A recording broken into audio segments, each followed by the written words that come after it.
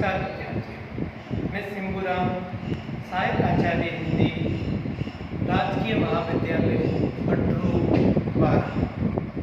प्रिय विद्यार्थियों, इस वीडियो में हम BA द्वितीय वर्ष हिंदी साहित्य प्रथम प्रश्न पत्र के अंतर्गत रस निष्पत्ति का अध्ययन करेंगे। रस निष्पत्ति से पूर्व वीडियो में हमने रस के अवयव के बारे में अध्ययन किया था। रस क्या है? रस का शाब्दिक अर्थ आनंद है और काव्य को पढ़ने, सुनने या देखने से जो आनंद की अनुभूति होती है उसे रस कहते हैं। रस के आद्य आचार्य या मूल प्रवर्तक भरत मुनि हैं, जिन्होंने दूसरी शताब्दी में नाट्यशास्त्र ग्रंथ में इसका विस्तार से उल्लेख किया है। रस निष्पत्ति पढ़ते हैं तो उसमें भरत मुनि का जो रस सूत्र है वह महत्वपूर्ण है। विभावानुभाव व्यभिचारी संयोगात् रस निष्पत्ति ही। उन्हें देखने में विभावानुभाव व्यभिचारी संयोगात् रस निष्पत्ति ही। इसको अलग अलग पढ़ते हैं। विभाव अनुभाव व्यभिचारी संयोगात् रस निष्पत्ति, अर्थात विभाव अनुभाव व व्यभिचारी भावों के संयोग से रस की निष्पत्ति होती है। रस निष्पत्ति का अभिप्राय रस की उत्पत्ति से है। उन्हें देख ले में रस निष्पत्ति का अभिप्राय रस की उत्पत्ति से है। रस सिद्धांत का प्रतिपादन करने वाले तथा इसका संपूर्ण आधार भरत मुनि का रस सूत्र है और इसे भरत सूत्र भी कहते हैं। भरत मुनि ने रस की परिभाषा न देकर रस की प्रक्रिया का उल्लेख किया है। भरत मुनि ने ही सर्वप्रथम रस के स्वरूप पर विचार किया है। भरत मुनि लिखते हैं, रस इति क्या पदार्थ है? स्वयं प्रश्न करते हैं और स्वयं ही उत्तर देते हुए लिखते हैं, आस्वाद्यते इति रस है। रस नाटक का वह तत्व होता है जो कि सहृदय को आस्वाद प्रदान करता है, जिसके आस्वाद से वह हर्षित हो जाता है। भरत मुनि का रस विषयक चिंतन वस्तुगत है। भरत मुनि का जो रस सूत्र है उसके प्रमुख जो निष्कर्ष हैं वह देख लें। नंबर 1, रस आस्वाद्य है, आस्वाद नहीं। रस स्वयं अनुभूति नहीं, अनुभूति का विषय है। रस विषयीगत नहीं, विषयगत है। रस भावमूलक स्थिति है। और आगे भरत मुनि लिखते हैं कि किसका स्थायी भाव रस रूप में बदलता है? सहृदय का, कवि का या नायक अर्थात अभिनेता का। तो भरत मुनि के अनुसार नायक या अभिनेता का स्थायी भाव रस रूप में बदलता है। सहृदय रस का आस्वाद हर्ष आदि के रूप में करते हैं। तो यह रस सूत्र जो भरत मुनि का था उसके प्रमुख निष्कर्ष हैं। रस सूत्र हो गया, रस सूत्र के निष्कर्ष हो गए। अब रस सूत्र की व्याख्या करने वाले प्रमुख आचार्य और उनका मत या बात।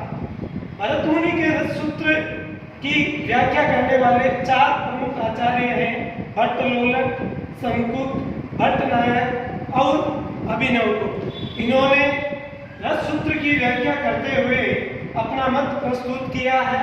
भट्टलोलक ने उत्पत्तिवाद या आरोपवाद, शंकुक ने अनुमितिवाद या अनुमानवाद, भट्टनायक ने भुक्ति या भोगवाद और अभिनवगुप्त ने अभिव्यक्तिवाद या प्रगतिकरण।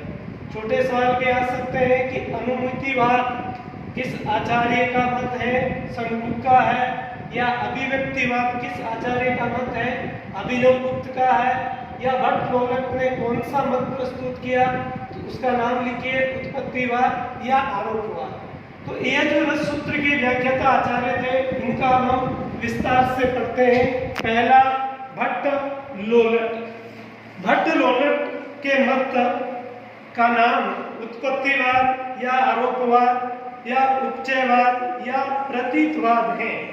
ध्यान रखें, भट्ट लोलट रस सूत्र के प्रथम व्याख्याता आचार्य हैं, यानी कि भरत मुनि के रस सूत्र का सबसे पहले व्याख्या भट्ट लोलट ने की है।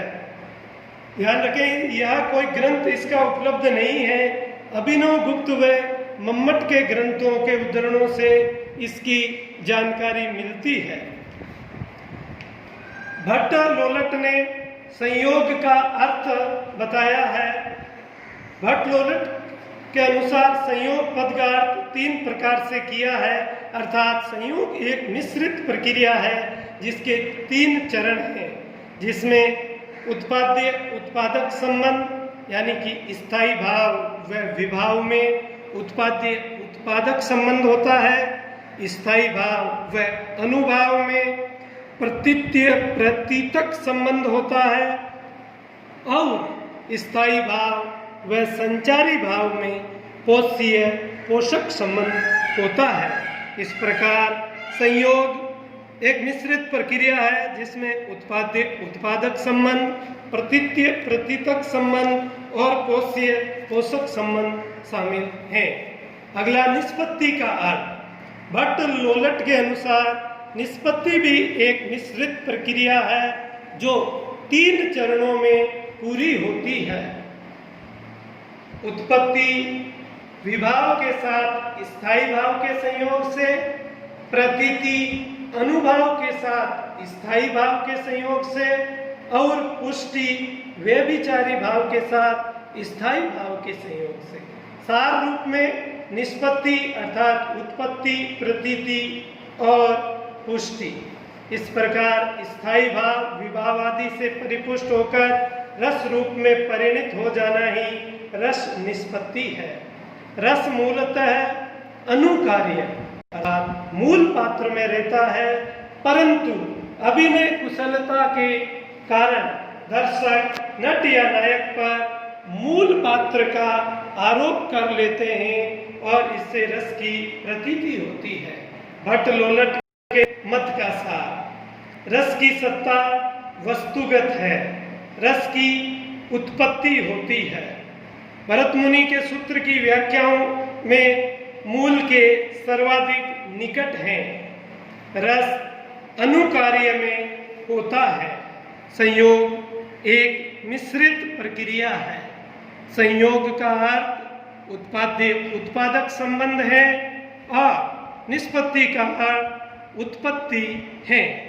भट्ट लोलट के उत्पत्तिवाद की कुछ कमियां भी हैं, जैसे 1 नंबर सामाजिकों में रसानुभूति नहीं बताई गई है।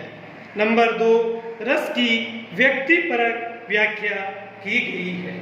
डॉक्टर नगेंद्र के अनुसार भट्ट लोलट निष्पत्ति का अर्थ उपचिति मानते हैं। दूसरे आचार्य संकुक। रस सूत्र के दूसरे व्याख्याता आचार्य न्यायिक न्याय शास्त्री, जिनकी व्याख्या का मूल आधार न्याय शास्त्र का अनुमान प्रमाण है।